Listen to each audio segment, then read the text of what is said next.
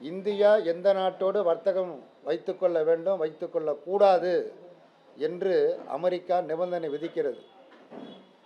கச்சா எண்ணெய் இறக்குமதி குறைந்த விலையில் ரஷ்யாவிடமிருந்து பல ஆண்டுகளாக இந்தியா இறக்குமதி செய்து கொண்டிருக்கிறது. குறைந்த விலையில், மற்ற நாடுகளோடு ஒப்பிடுகிற பொழுது மிக குறைந்த விலையில் கொள்முதல் செய்கிறது.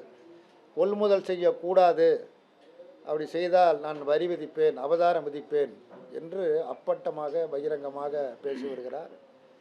இந்தியாவினுடைய பொருளாதாரம் செத்த பொருளாதாரம், செத்து போய்விட்டது என்று கூறுகிறார்.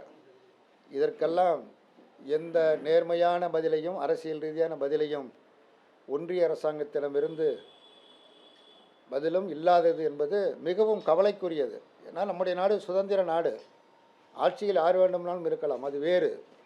ஒரு சுதந்திரமான நாடு, ஒரு சுதந்திரமான நாடு இன்னொரு நாட்டிற்கு, இன்னொரு நாட்டினுடைய அதிபருக்கு அடிமையாக இருந்து செயல்படுவது போல் தொடர்ந்து செய்தியில் வருவது மிகவும் கவலைக்கும் கண்டனத்திற்கும் வெட்கத்திற்கும் உரியது.